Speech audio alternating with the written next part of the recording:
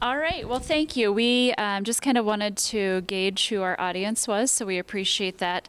So just real quick, I guess I'll say Kate and I got to know each other just this year through one of the Achieve groups we're on, because I'm in a couple different Achieve groups, one wearing the family hat, one as a professional with Ask, and then Kate's, I believe, a part of several Achieve groups as well, as we all continue to learn to navigate this new system that we're going to share with you about. Okay. All right, so the first thing I want to share is actually one of the handouts you received. I think I gave them to Shelley. So it's the one that has, it's the Ask specific document. Yep, says Ask right at the top. And so we spent some time last week, that would be great, developing or creating this document. Part of my role at Ask is helping create things such as these that really takes information, whether it's from the Department of Ed, whether it's coming from specific law, and we really try to turn that information into resources that are friendly for families to understand, individuals to understand. And so we have started that with Achieve as well by creating the first of at least one more. There will be at least 2 documents on Achieve. This is just the introduction, so bird's eye view of what the Achieve system is. And so that's what we will talk about today. Just real quick, I'm going to go through kind of why Achieve and why is there this new system. Many of you, including me until I became involved in learning about Achieve, did not know that our old existing system, it actually had a name. And I won't even bother you with that because it's not going to matter, but the current system that's used essentially is outdated. So we know that there need to be changes within the system.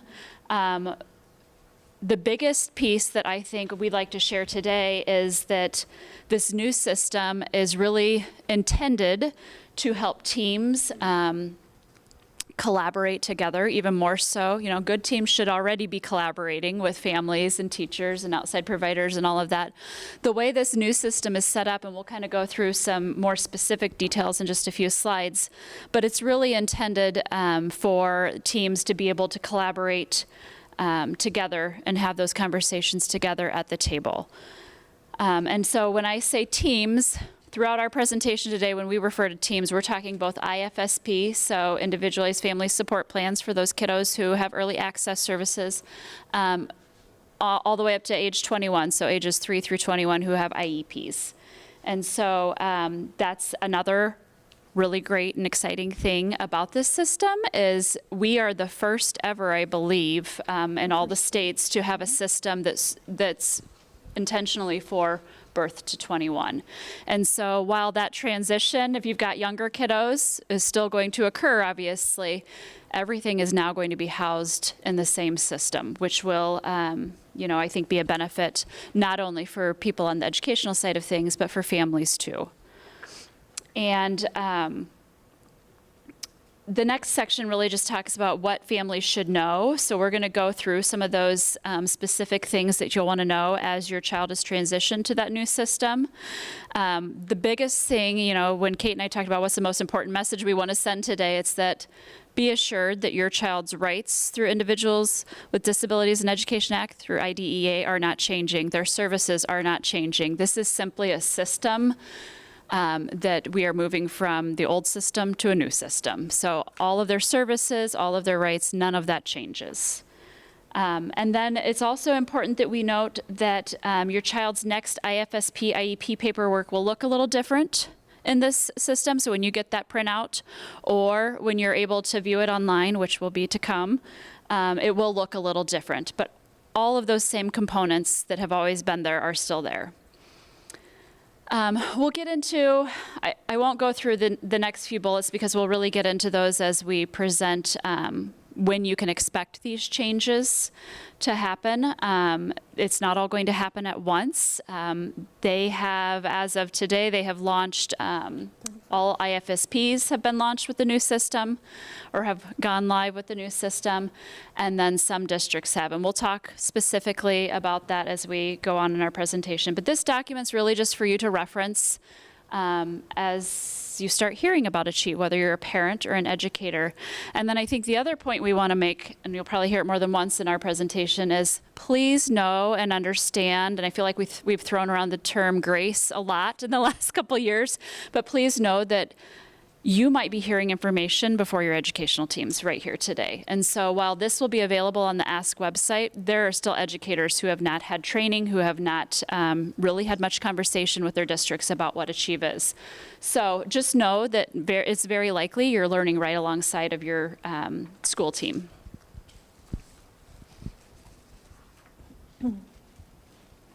I am just not doing so well with these slides today. So this is the why that I just talked about. And we talked about how it will look different, but really your child's rights, your rights as a parent, your procedural safeguards are not changing. Their services are not changing. And now we're going to get into some of the nitty-gritty. So we're going to take turns kind of going through some of these slides. If you want to reference it in front of you, it were the two individual sheets that were handed out with Achieve at the top.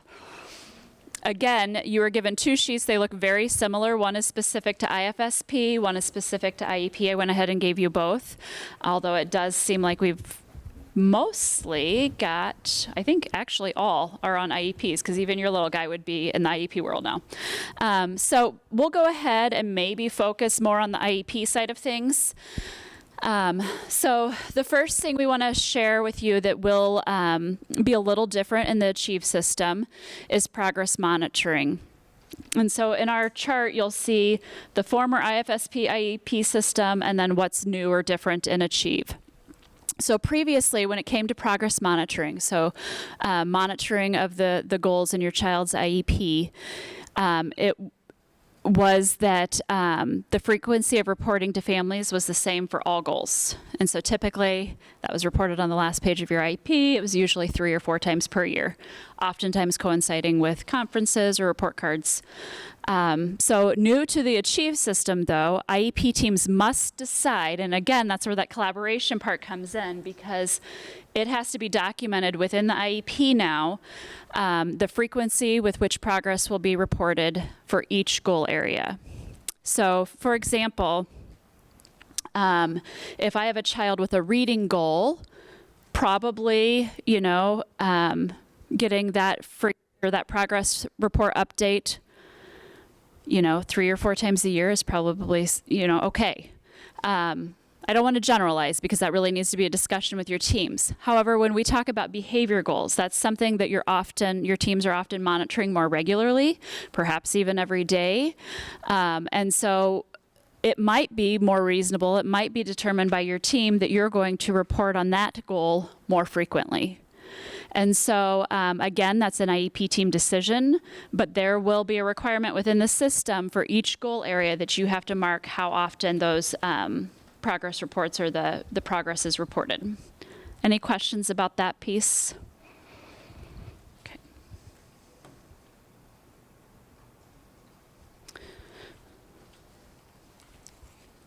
I can't remember if this one was mine or yours. Okay.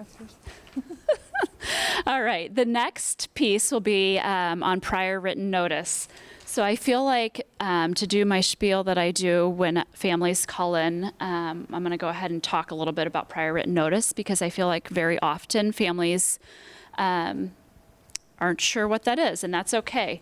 I'll be honest, had I not had my educational background, when my child went through and had her own IEP, I probably wouldn't have paid much attention to those because they're usually tucked behind the IEP, don't really fully understand what they were for, and that's often what I find is true for the parents that I work with too. And so to get an in-depth look at them, you can talk with Edie, who is doing one of our sessions here today on prior written notice, or you can check out our website, and we do have a prior written notice information sheet.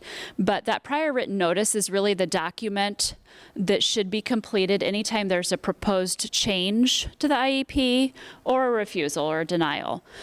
So for example, let's say that your team decides to increase your child's minutes. That would be documented in a prior written notice.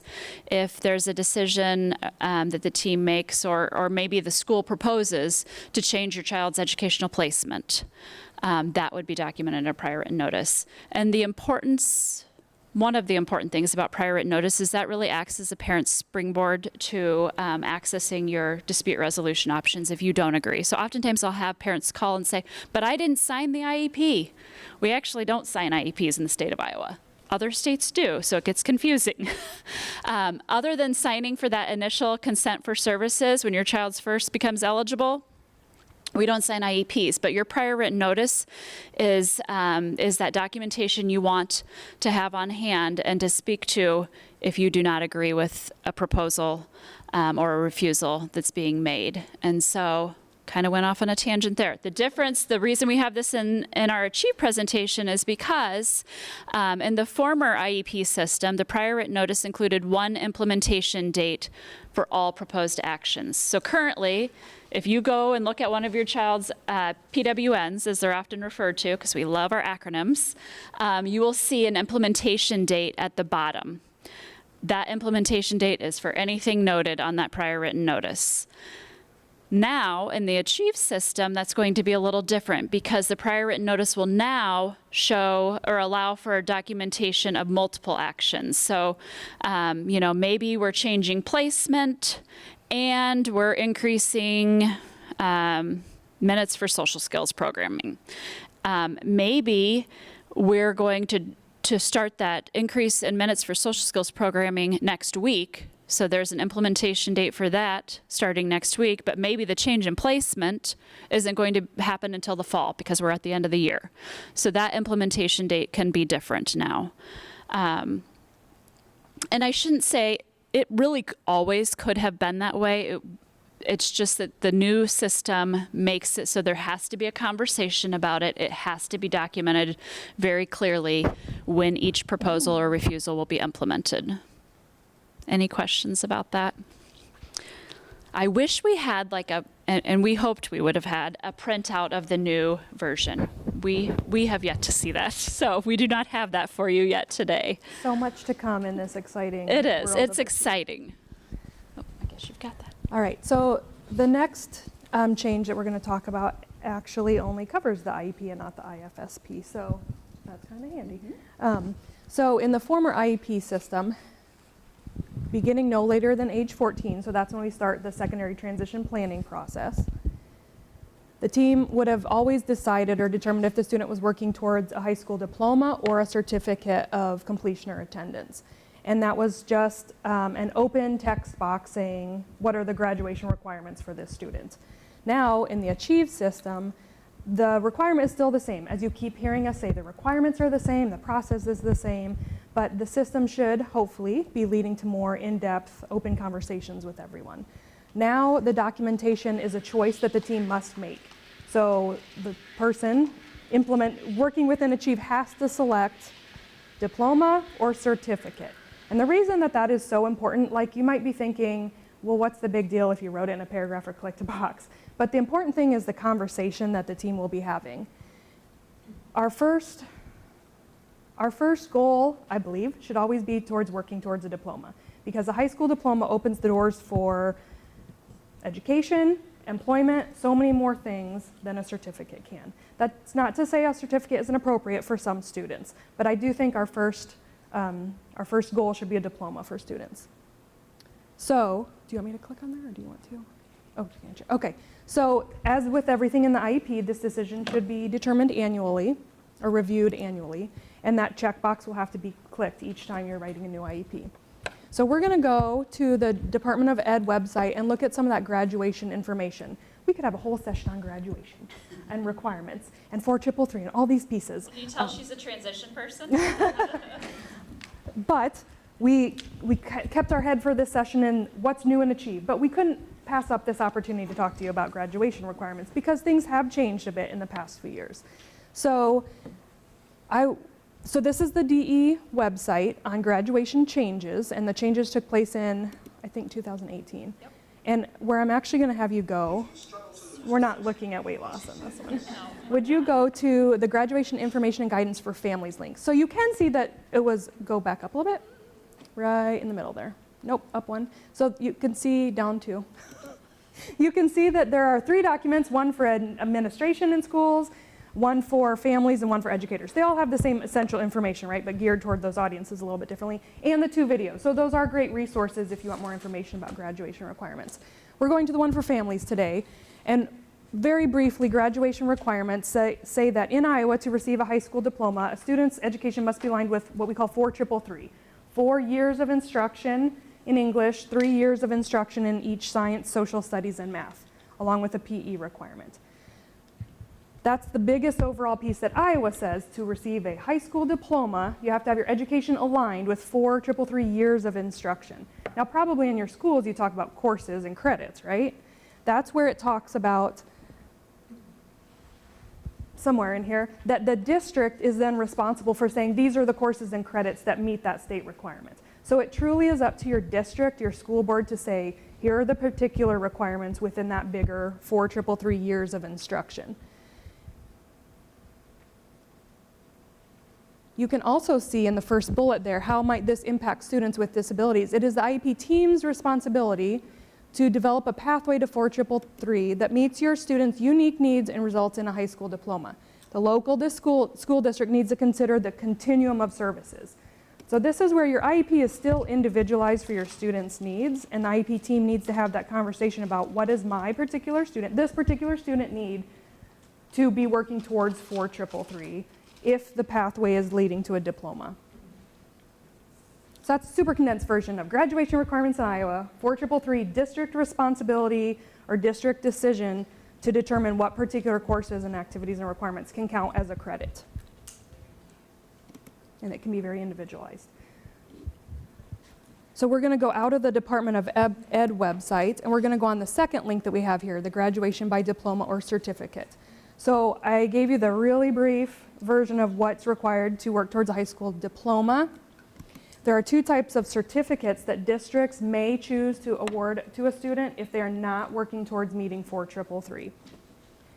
Those certificates are different than a diploma, but they are ways of saying that the student was in attendance or completion of their particular requirements. The biggest change, I'm going back to say too, to the graduation requirements, that when those came about in, I think it's 2018? It is. Okay, 2018, is that it was no longer then and is no longer now permissible to award a high school diploma when a student's IEP says they will graduate per their IEP goals maybe, or they will, if they achieve these goals, they'll get a diploma. So that used to be permissible, but that is the biggest change that is no longer permissible. Do you have any, don't ask me hard questions on that one, but I put a lot of terms into that, so it really is a lot of district and IEP team conversations, but I think those documents are really important and be able to say, here's what this means for a diploma. Do you want me to talk about the I3 site here or skip that part? No, we will, but I just wanted to plug real quick on that note, once your child in the state of Iowa, these conversations really should be happening before age 14, because by the time they're 14, there should be a transition plan in place. Now, I've heard several parents today say, oh gosh, that's a long ways off.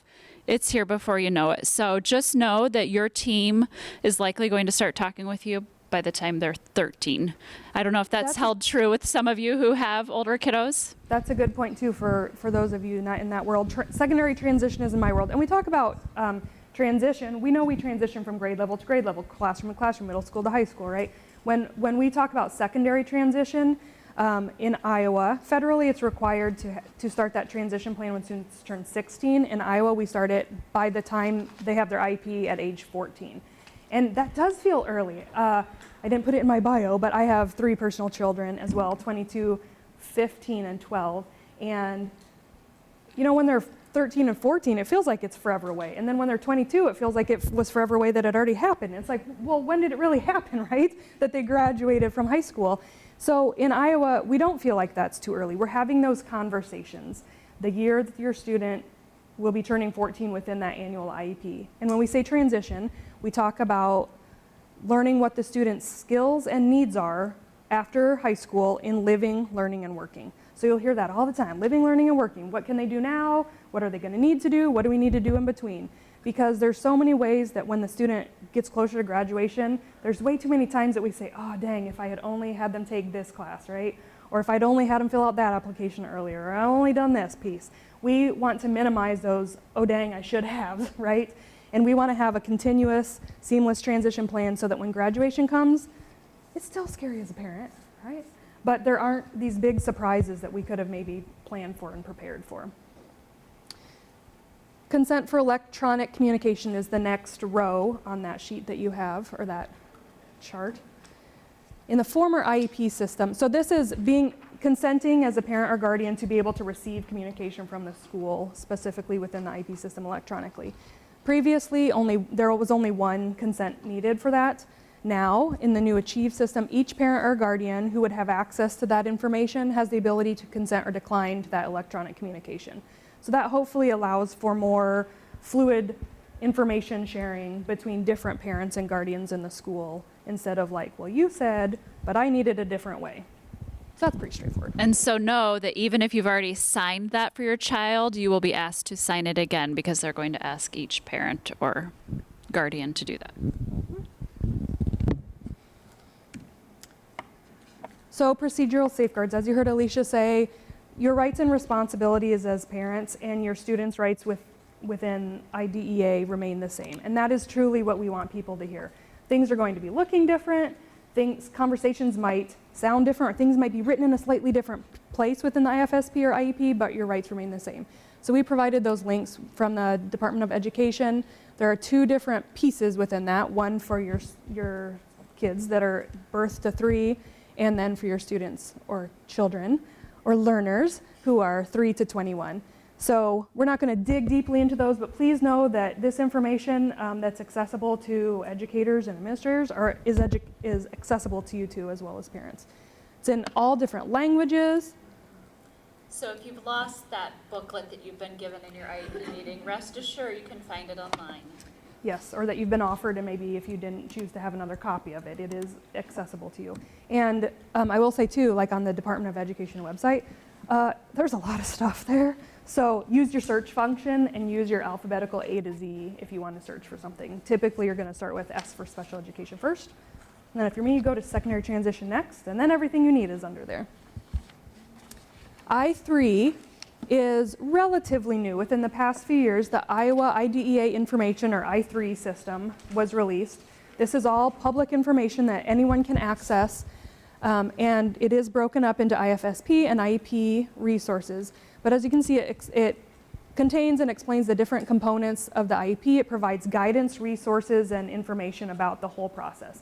So whether you're talking about functional behavior analyses and behavior plans, graduation requirements, exiting, discipline, anything you're going to look for information about within special education or the IEP process is here. And as you can see, it's mostly user-friendly. It has tabs that take you to different places, but you can also get lost in here. So you can see on the top there's the earlier intervention section, special education, and on the right you'll see the little search button, and we have truly found that is the most helpful thing, to put in that keyword of what you're looking for and find within that section. So I was just going to add too, the nice thing about I3, and I feel like they did such a soft launch that most people didn't hear about it, maybe including educators. And so it's such a robust site. And the thing is that, you know, we have 9 different regions or AEAs in our state. Every AEA kind of does a little bit of their own thing. However, this has now become the procedures manual for everybody. So it's really great. And oftentimes when families are calling in for one-on-one support from Ask, I'm sharing information from this site because it's where we should all be going to, whether you're working for the DE or a school district or an AEA or a parent. This site, it should have the information that's accessible for all people.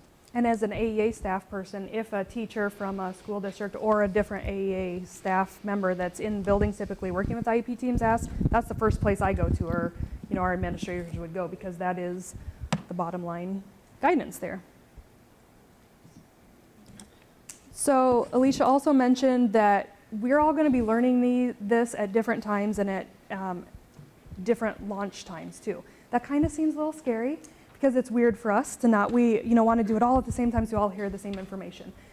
Iowa launched the Achieve system, and districts were given the opportunity to select their own go live date. So each district said, this is the time that I want to go live. As you heard, all IFSPs went live in April, and is it still this week? This is still the first week of May. We had 35 districts that statewide go live. So we're not going to be able to tell you your exact districts and when they go live. If you have questions about your child's specific IEP services or overall or when the Achieve system is going live for your district, we'd encourage you to contact them.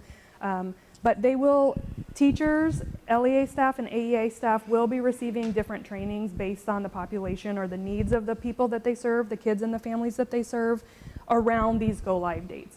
So as you can see, we had some that are live this month. Most will be having those IEPs that begin in the summer and the fall of their go live dates. So they will be having training around that, whether it's they're writing those FBAs and BIPs, where they're working with the younger students, IFSPs, IEPs.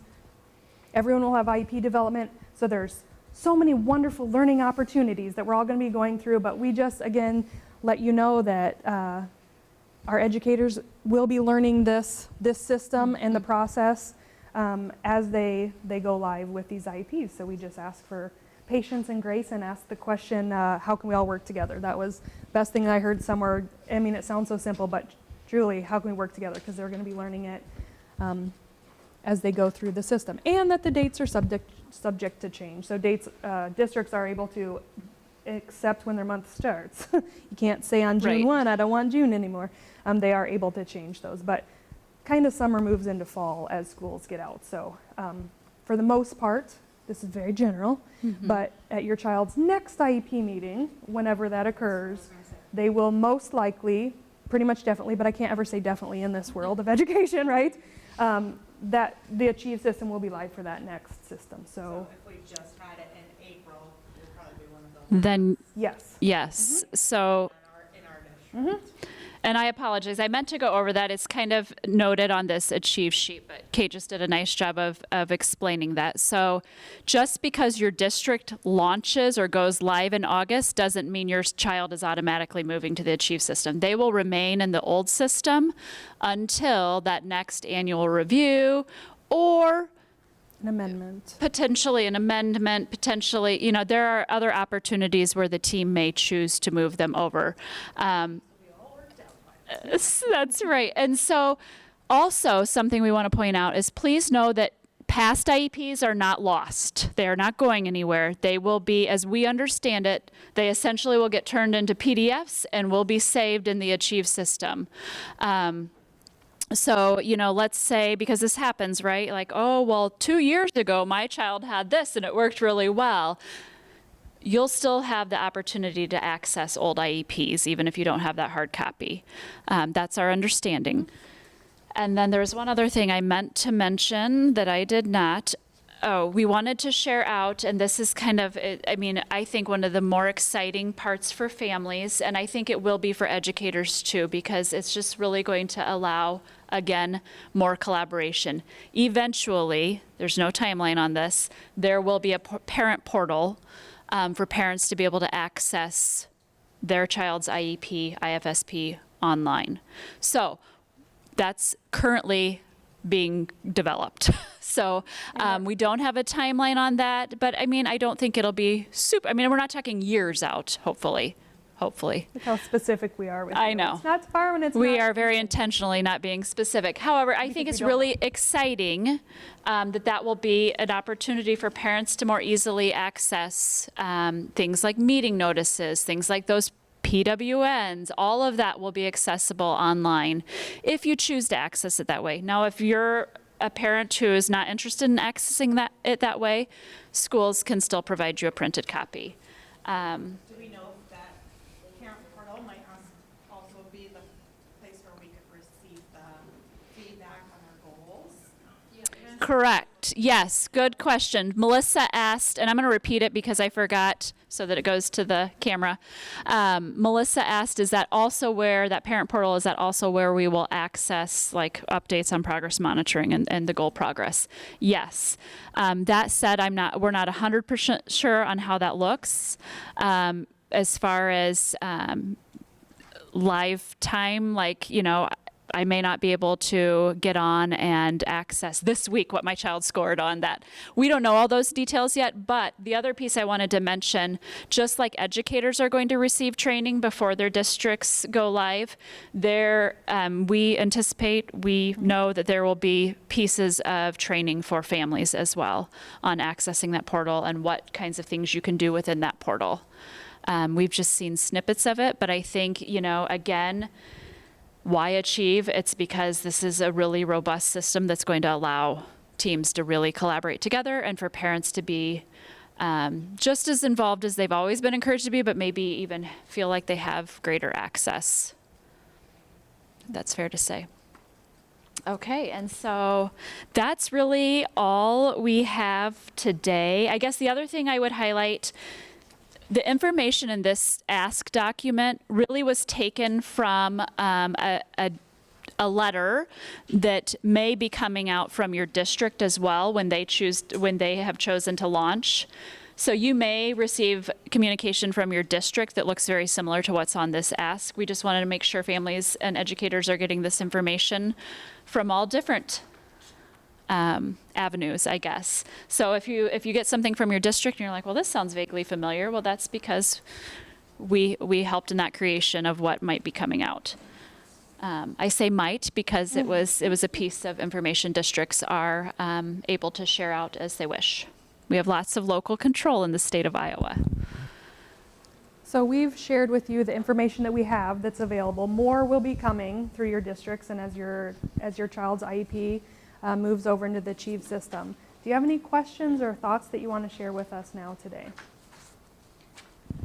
And I guess I would add, I'm going to go against what Kate said here a little bit. My understanding is if you are interested when your district or AE, well, it wouldn't be AEA, when your district is going live, we can share that with the caveat that this is a living document, what we have access to. And so it could change because as she shared, unless it's within 30 days of when they're supposed to be going live, they can still choose to change that date at this point. So. Iowa City School District has mandated that all teachers that have a student with an IEP before September do an IEP in May, and we've got one in 2 weeks. Is Iowa City on the May list? I will look. And I guess, It's asked to get your IEP changed, rewritten in September too. Yes, yourself and do that. They've never done it before. That happened a lot. I've worked in 2 different AEAs, and that's often encouraged so that we can have that planning conversation and maybe minimize some of that. It's September, we have a new teacher or a new whatever change, you know, all these things, so we can have that, here's our best laid plans, and knowing that that IEP can be amended or changed at any time. But Ours used to be in the Second. fall too, and we chose ourselves as parents, we wanted it bumped up when he moved into like intermediate middle school. So like there was enough time to like transition and have the teacher before kind of be involved in the IEP that knew that they would get in the next year. Okay. And my second part would be the IEP scheduled for 2 weeks, and if we are moving to Achieve. so Iowa City is slated to launch or go live in September. so, right, so the IEP component is still the same though. Those minutes, those services and activities, those will all remain the same. It just will be written in the old system or the current system for them as opposed to the new Achieve Have to system. move to the new system with us until next May unless we request another IEP. And again, moving from system to system isn't changing rights, responsibilities, services. It's all the same. And they're proposing that. I mean, I think if you feel strongly about that, you absolutely share your concerns and request to still have your child's in the fall, you said? Yeah. Yeah. And in all fairness, I mean, again, former educator here, I'd be like, "Whew, let's try to get as many as we can done with the system we know." But everybody wants to do what's best for kids. So, you know, even if you do it in May, again, you could request, you know, it's the same information in both systems. And whatever is determined for services and minutes and supports, it's going to look the same and achieve. It's going to be the same and achieve. The printout of the document might look different, if that makes sense. So if those of you, I feel like this is more of a professional thing, but we refer to like page A, page B, page F. That's going away. There are no pages anymore. It's a flowing document. Okay. Any other questions? Otherwise, I mean, I think once we're done, I'm happy to share out specific districts as long as you know that it could still change. So, before the parent, I know you don't have a lot of information. I'm gonna hand this to you so it goes into the mic. Okay, thanks. I know you don't have a lot of information about the parent portal quite yet, but is the intention of this new technology to allow the parent to see the progress towards the goals, like, how the observation was taken or timeliness? Like, will we get some kind of a notification that, the 6th classroom gen ed observation happened and your child was this percentage task on time, that type of thing? Is that detail that granular? So you might not like my answer, but I don't know that we know that yet. So two parts. It's two parts. Part one is it depends on what the decision that's been made for your student. Like if you feel like if the team decides that the observation needs to be very deep, whatever level of detail, then yes, that would be in there. The second part of that is access. We don't know, like your answer to this question, how quickly access will be granted. Those behavioral observations that would be put onto the graph in terms of the data would be accessible through the parent portal, but we don't know, may not be minute by minute. It may be like every week. We don't know how often that is.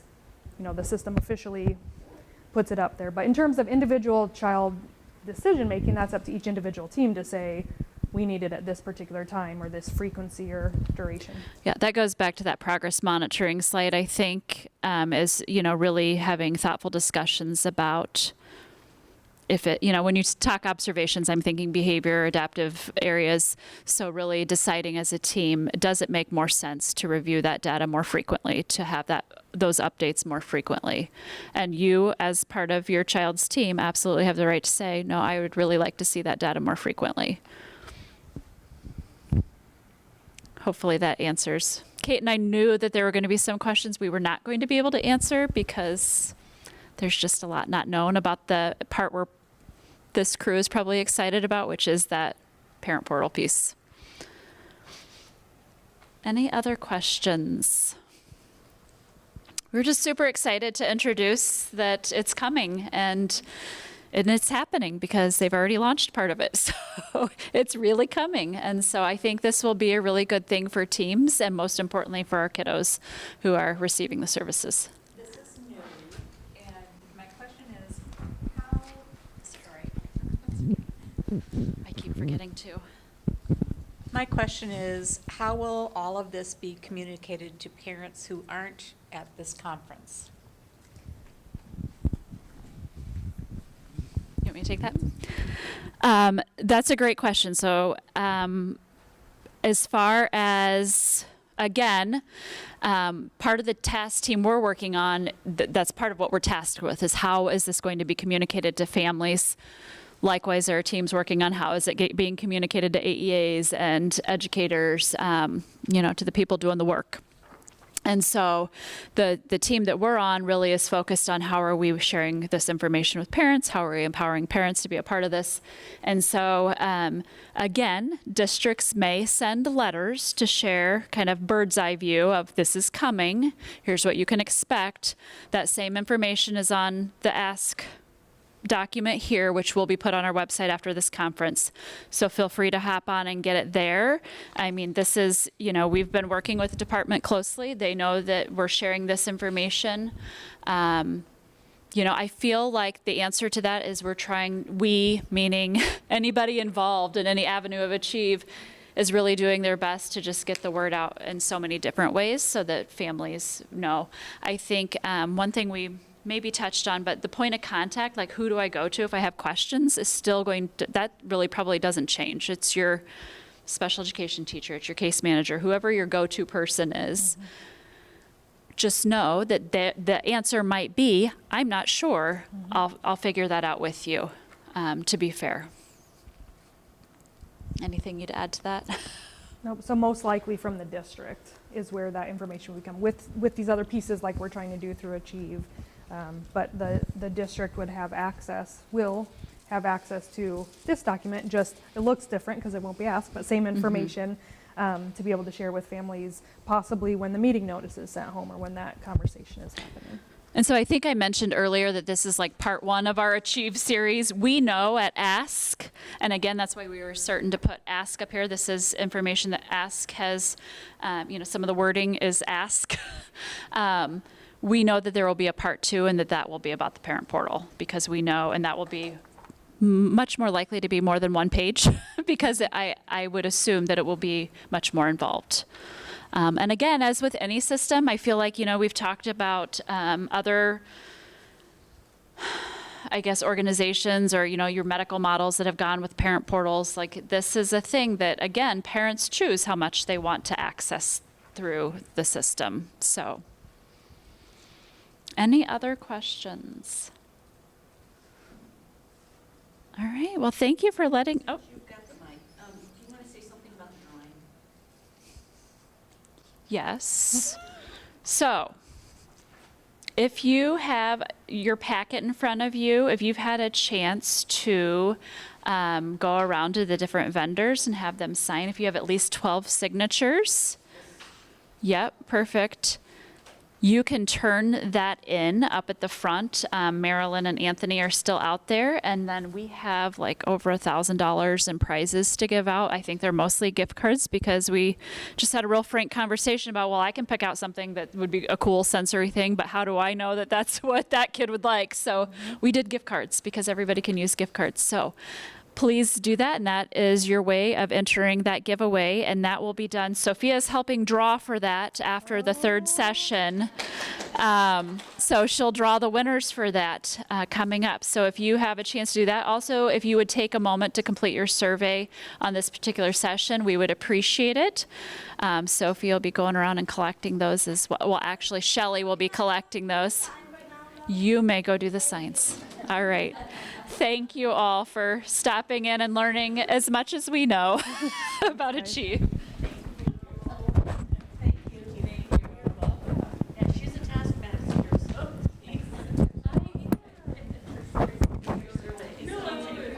Probably.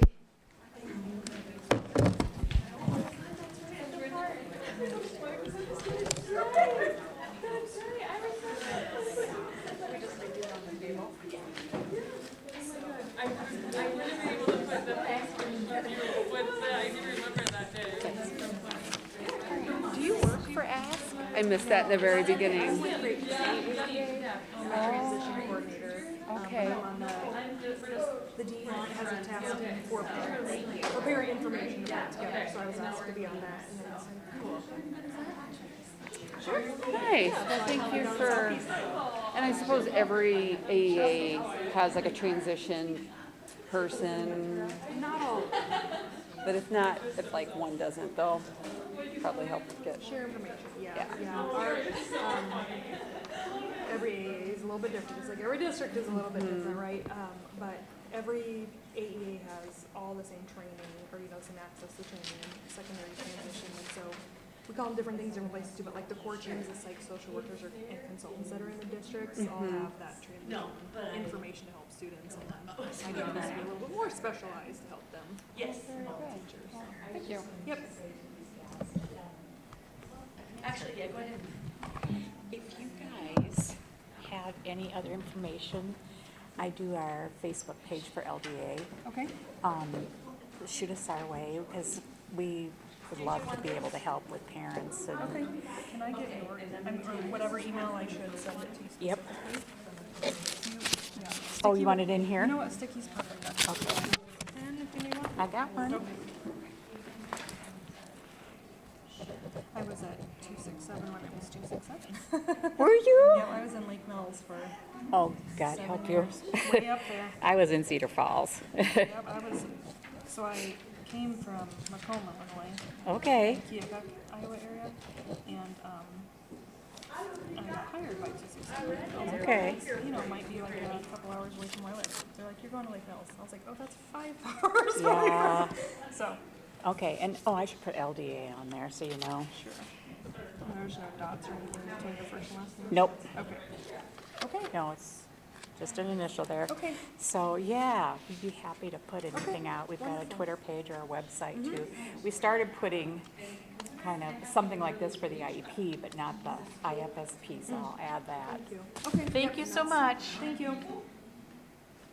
There hasn't even been any keys. No, exactly, and I mean, that's just, I kind of heard of things. Have you heard of any case Kate with? I mean, That's I only feel like I don't hear that yet. if only that small group has been started, really.